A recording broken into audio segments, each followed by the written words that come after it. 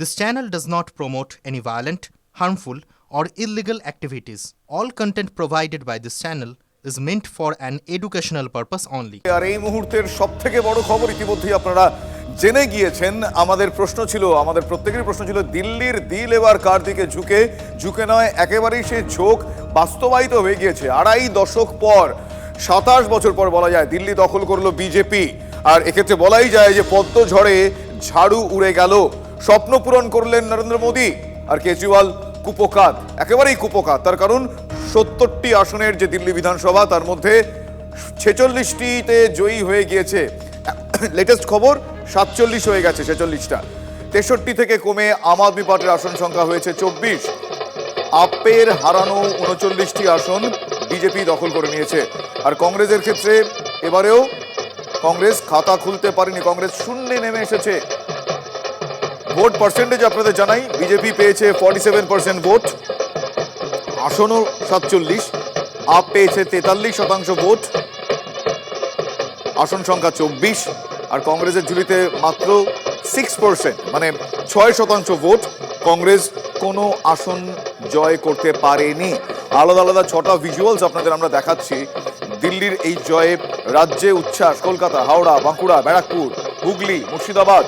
এবং এক্ষেত্রে যেহেতু 2026-এর বিধানসভা নির্বাচন, পশ্চিমবঙ্গের বিধানসভা নির্বাচন দুয়ারে করা নাড়ছে, ফলে দিল্লিতে যেই ফ্যাক্টরসগুলো প্রো হয়ে ওঠে, গুরুত্বপূর্ণ হয়ে ওঠে, এক হচ্ছে আম আদমি পার্টির মুখ অরবিন্দ কেজরিওয়ালের গায়ে যে দুর্নীতির কালি লাগে।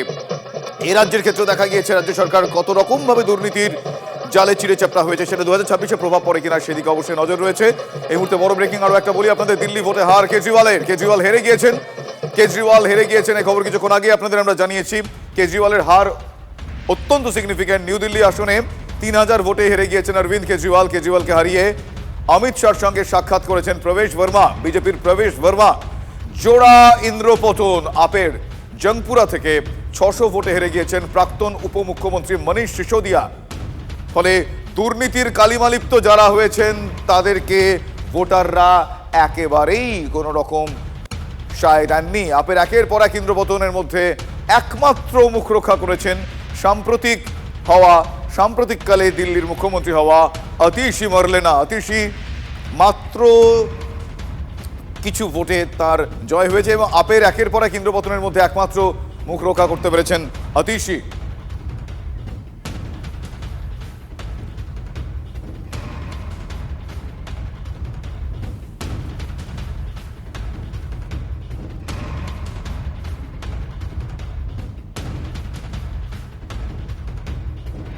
আমি তাদের সাথে আলাপ করেই দেবো। তবে এখনো পর্যন্ত যা রেজাল্ট, আপ 23টি আসন পেয়েছে, বিজেপি 47, কংগ্রেস একটিও আসন পায়নি। দিল্লির 70টির রেজাল্ট।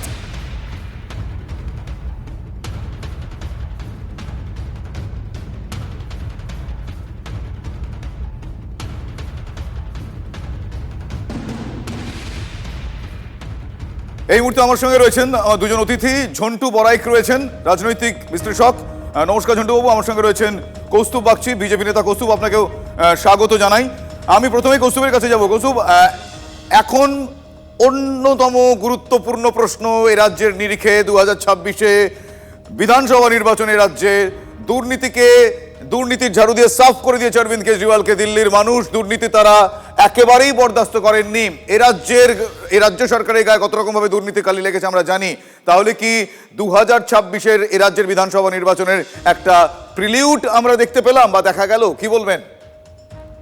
দেখুন, এই চুরি যে মানুষ পছন্দ করে না, এটা দিল্লি নির্বাচনে এটা স্পষ্ট মানুষ এটা বুঝিয়ে দিয়েছে। আর শুধুমাত্র গিমিগের রাজনীতি যে মানুষ প্রত্যাখ্যান করছে, এই ট্রেন্ডটা খুব ভালো জিনিস। আমি একটু আগে আমার এক্স হ্যান্ডেলে আমার ফেসবুক পেজে আমি পোস্ট করেছিলাম একটু আগে একটা, 2025-এ কেজরি বাই আর 2026-এ দিদি বাই, এই দুটোই বাই হবে। মানে বিষয়টা হচ্ছে, আর কেজরির 2025-এ বাই হয়ে গেল, এবারে দিদি ভাইয়েরও বাই হওয়ার পালা। পশ্চিমবঙ্গের ক্ষেত্রে একই বিষয়, এই চাকরির ক্ষেত্রে দুর্নীতি, শিক্ষা ক্ষেত্রে দুর্নীতি, সমস্ত জায়গায় দুর্নীতি। এবং এই যে দিল্লিতে পর্যন্ত কেজরিওয়ালের যে মানে মাথা থেকে পা অব্দি যে দুর্নীতিতে ডুবে গেছে, এক সময়কার আন্না হাজারে, যে আন্না হাজারের আন্দোলনের মাধ্যমে এই অরবিন্দ কেজরিওয়ালের উত্থান, সেই আন্না হাজারেও বলেছে যে অর্থে এরা সব ভেসে গেছিল। সেই আন্না হাজারের মতন একজন মানুষ তৎকালীন সময় যারা যে কেজরিওয়ালকে দুহাত ভরে আশীর্বাদ করেছিলেন, সেই আন্না হাজারে পর্যন্ত বলছেন। এখন দেখার বিষয় হচ্ছে, আপনি দেখুন কেজরিওয়াল যেই সময় কংগ্রেসের বিরুদ্ধে এই যে আন্দোলনটা করে একটা সেই সময় কংগ্রেসের বিরুদ্ধে একটা মারাত্মক স্রোত বইছিল দিল্লিতে। কেজরিওয়াল সেই সিচুয়েশনটাকে আন্না হাজারেকে সামনে রেখে একটা সাপোর্ট গেইন করে বিষয়টা সম্পূর্ণ একদম সেগুলো আমরা জানি। আমি আজকের খুব স্পেসিফিক আছে 43% মানুষ তবুও কেজরিওয়ালকে তার আম আদমি পার্টিকে ভোট দিয়েছেন। এই 43% আর 47% খুব ফারাক কিন্তু নয়। আগের ইলেকশন থেকে প্রায় 10% ভোট পার্সেন্টেজ কমেছে, অ্যাবসলিউটলি কমেছে, 53% থেকে 43%। সেখানে ভারতীয় জনতা পার্টি 38% থেকে প্রায় 5-6% ভোট বাড়ানো, that is not a matter of joke. মানুষের স্বতঃস্ফূর্ত সমর্থন ভারতীয় জনতা পার্টির প্রতি, এটা হচ্ছে একটা খুব ভালো ইঙ্গিত যে মানুষ, আমরা যে বারবার করে ডবল ইঞ্জিনের সরকারের কথা বলি, সেই ডবল ইঞ্জিনের সরকারের প্রতি মানুষ আস্থা দেখিয়েছে, মানুষ স্বচ্ছ সরকারের প্রতি আস্থা দেখিয়েছে। তো পশ্চিমবঙ্গের মানুষকে আপনারা বোঝাতে পারবেন পশ্চিমবঙ্গ মানুষের জন্য সেই ক্রেডিবিলিটি ফ্যাক্টর এক্ষেত্রে তৈরি হলো কৌস্তুভ মনে করেন? এখন বারংবার এই তো দিল্লি নির্বাচনের একটা বড় অংশের এফেক্ট পশ্চিমবঙ্গে পড়বে। আমরা যে বারংবার করে দুর্নীতির বিরুদ্ধে আমরা যে লড়াইয়ের কথা, আন্দোলন আমরা করেছি, মানুষকে বারবার করে বুঝিয়েছি, আমরা আশা করি 2026-এ মানুষ এই কথাগুলো বুঝবে এবং মানুষ বুঝতে পারবে যে একটা স্বচ্ছ প্রশাসন, একটা স্বচ্ছ সরকারের কতটা প্রয়োজন, সাথে সাথে একটা ডবল ইঞ্জিন সরকারের কতটা প্রয়োজন ডেভেলপমেন্টাল পার্সপেক্টিভের জায়গা থেকে দাঁড়িয়ে। বেশ, আপনার কথা অনুযায়ী আপনি যেই শপথের কথা বলেছিলেন সেদিন, তাহলে আপনার সেই শপথ পূরণ হবে? মানে আপনি মাথা কামিয়ে ফেলেছিলেন, আপনি আশাবাদী? একদম একদম একদম আমি খুবই আশাবাদী। 2026-এ আমার যে শপথ নিয়ে আমি সেই সময় প্রতিজ্ঞাবদ্ধ হয়েছিলাম, সেই শপথ আমার আলটিমেটলি বিষয়টা 2026-এর পর আমার মাথায় চুল গজাবে, এটা আমার অবশ্যই। আমরা সাংবাদিকরা সেদিকে অবশ্যই নজর রাখবো, তার কারণ কখন প্রেক্ষাপট কিভাবে কোথায় বদলে যায় সেদিকে তো অবশ্যই আমাদের নজর থাকে TV9 বাংলা তো সবার আগে। কৌস্তব একটু সঙ্গে থাকুন আমার সঙ্গে, ঝন্টুদা আপনিও একটু সঙ্গে থাকুন। আমি আরো কয়েকটা আপডেট দর্শকদের জানাই। দিল্লিতে মিথ্যাচারী শাসনের অবসান, অমিত শাহ অহংকার আর অরাজকতা শাসনের পতন, এটা অমিত শাহ তার এক্স হ্যান্ডেলে লিখছেন সোশ্যাল সাইটে। তিনি এভাবেই আজকের এই নির্বাচনী ফলের তিনি এভাবেই তার প্রতিক্রিয়া জানিয়েছেন সোশ্যাল মিডিয়ায়। দিল্লিকে বিশ্বের 1 নম্বর রাজধানী বানাবো, এই প্রতিশ্রুতিও পাওয়া গিয়েছে আজ সরাসরি কেন্দ্রীয় স্বরাষ্ট্রমন্ত্রীর সোশ্যাল সাইটে। আর এই বিপুল জয়ের জন্য দিল্লিবাসীকে ধন্যবাদ জানিয়েছেন অমিত শাহ।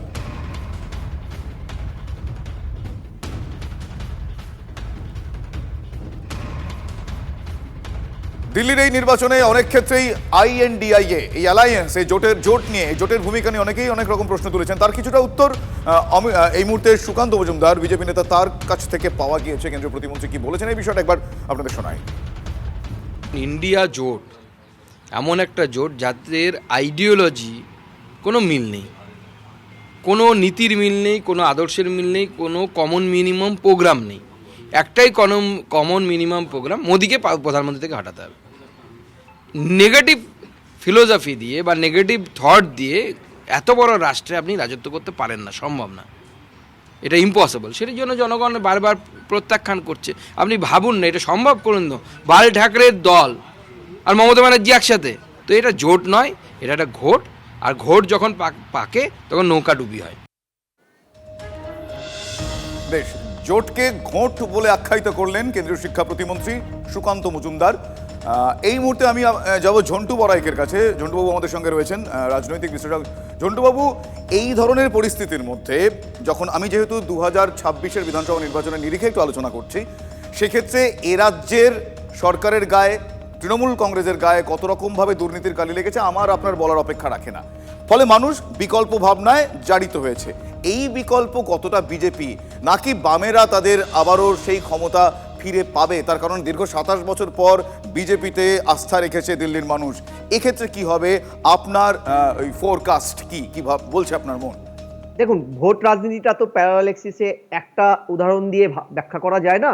পশ্চিমবঙ্গের ভোট রাজনীতিটায় একটা ডেমোগ্রাফির ব্যাপারটা, অর্থাৎ জনবিন্যাসের একটা কিন্তু বড় পার্ট আছে। ওটা প্রথম ভোট অ্যানালাইসিসের প্রথম পার্ট। আমরা দিল্লি নির্বাচনে এবার যখন সার্ভে করতে গিয়েছিলাম, আমাদের স্পেসিফিক ছিল, ফোকাস ছিল যে 10টা বিধানসভা যেটা সংখ্যালঘু অধ্যুষিত, যেখানে 2020 দাঙ্গার পরে এনআরসি সিএ বিরোধিতার পরে সিচুয়েশনটা কোন জায়গায় গিয়েছে সেটা দেখার জন্য, যেটা ছিল আপ এবং তার আগে কংগ্রেসের ভোট, কনসলিডেটেড ভোটার, তাদের মনটা কি। আমি সেই আঙ্গিকে পশ্চিমবঙ্গে ঢুকছি যে সেখানে সংখ্যালঘু একটা বড় অংশ, আমি বিশেষ করে আমি আপনাকে নাম বলছি যে ওখলা, বাবরপুর, মুস্তাফাবাদ, সিলামপুর, মাটিয়ামহল, বল্লী মারান, চাঁদনি চকে আমরা যখন সার্ভে করছি ওখানকার মুসলিম যুব সমাজ বিশেষ করে বলছে আমাদের হৃদয়টা তো কংগ্রেস ছিল, মনটা ছিল আপ, কিন্তু মনটা আমাদের ভেঙে গেছে। অর্থাৎ এই যে চাঁদনি এই শাহিনবাগের যে মুভমেন্টটা 2000 মন ভেঙে গেল, তাহলে হৃদয়ের প্রতি তার মন ভেঙে গেলে হৃদয়ের দিকে তারা ঝুঁকলেন না কেন?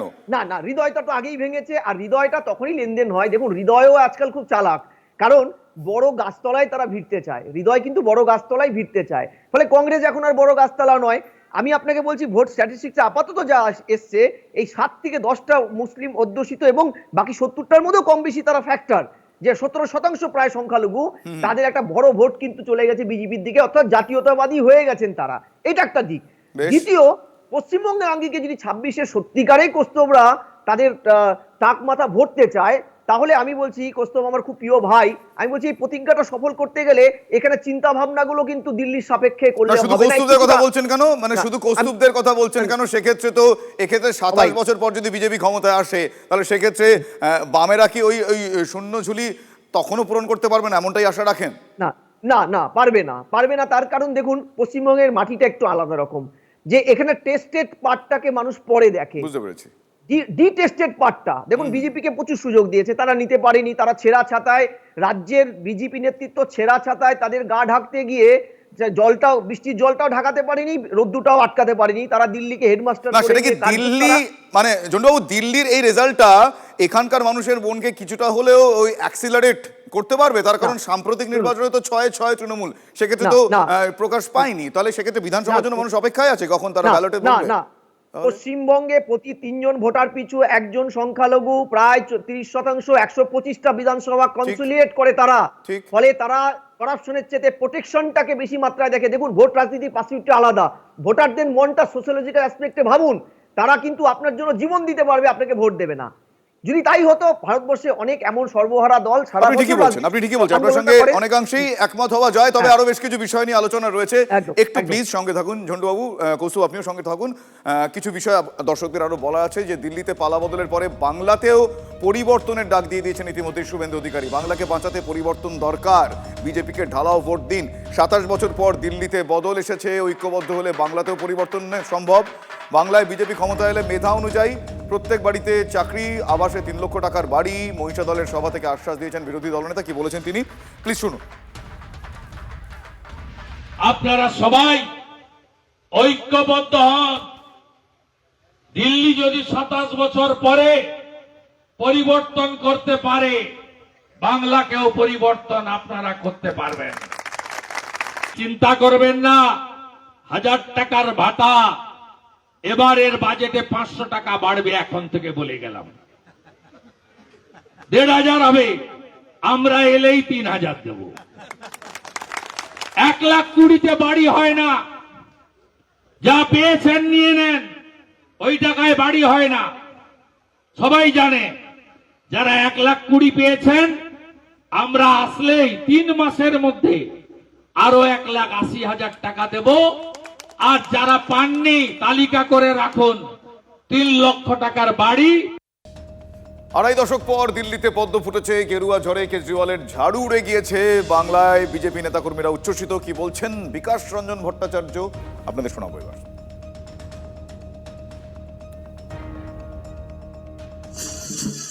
গেরুয়া শিবিরের উচ্ছ্বাস আপনাদের দেখাচ্ছি। তাদের উত্থানের কারণ ছিল এটা দুর্নীতি বিরোধী আন্দোলন, কিন্তু ক্ষমতা আসার পর তাদের বিরুদ্ধে সেটাকেই বিজেপি পাল্টা প্রয়োগ করলো দুর্নীতির সঙ্গে যুক্ত বলে, এবং প্রচার মাধ্যমের প্রভাবে সেটা মানুষ বিশ্বাস করেছেন, তাই আজকে পরিণতি হয়েছে। আরেকটা গুরুত্বপূর্ণ কারণ, এই সমস্ত ছোটোখাটো দলগুলো বোঝা উচিত যে ভারতবর্ষের বুকে এই মুহূর্তে ধর্মনিরপেক্ষতার পক্ষে দৃঢ় অবস্থান নিচ্ছে কংগ্রেস এবং বামেরা। তাদের উপেক্ষা করে নিজেদের মধ্যে ছোটোখাটো দল নিয়ে ভোট বাঁধাবার যে ভোটের আগে চেষ্টা হয়েছিল, তারও একটা অব্যর্থ পরিণতি পড়ে মানুষের কাছে।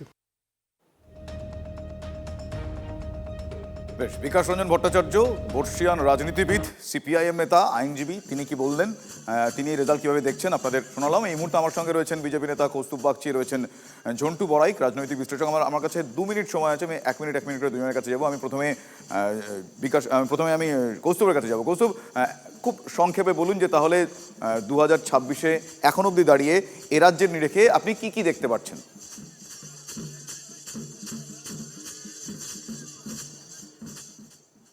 কৌস্তুভ, আপনার অডিও মিউট আছে। কৌস্তুভ, আপনার অডিও মিউট আছে। শোনা যাচ্ছে? হ্যাঁ, বলুন।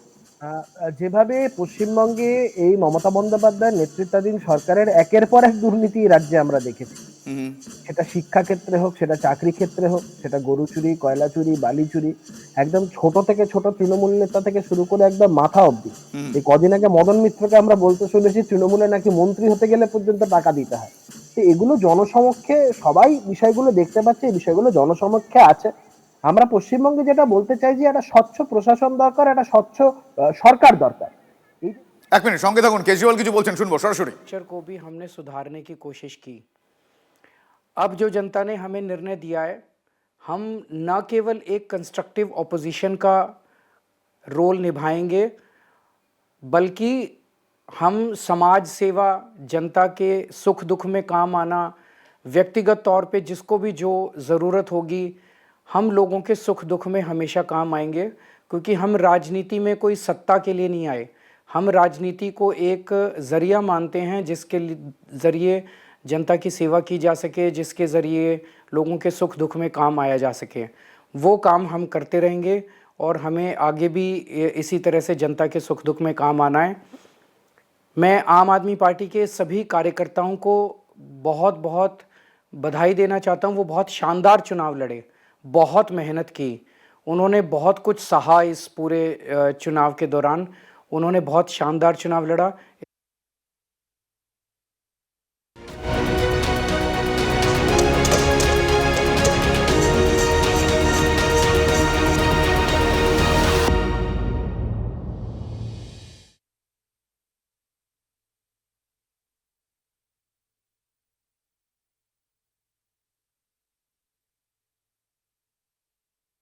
और हमें आगे भी इसी तरह से जनता के सुख दुख में काम आना है। मैं आम आदमी पार्टी के सभी कार्यकर्ताओं को बहुत बहुत बधाई देना चाहता हूँ। वो बहुत शानदार चुनाव लड़े, बहुत मेहनत की, उन्होंने बहुत कुछ सहा इस पूरे चुनाव के दौरान, उन्होंने बहुत शानदार चुनाव लड़ा। इसके लिए मैं उन सबको, सभी कार्यकर्ताओं को बहुत बहुत बधाई देना चाहता हूँ। नमस्कार।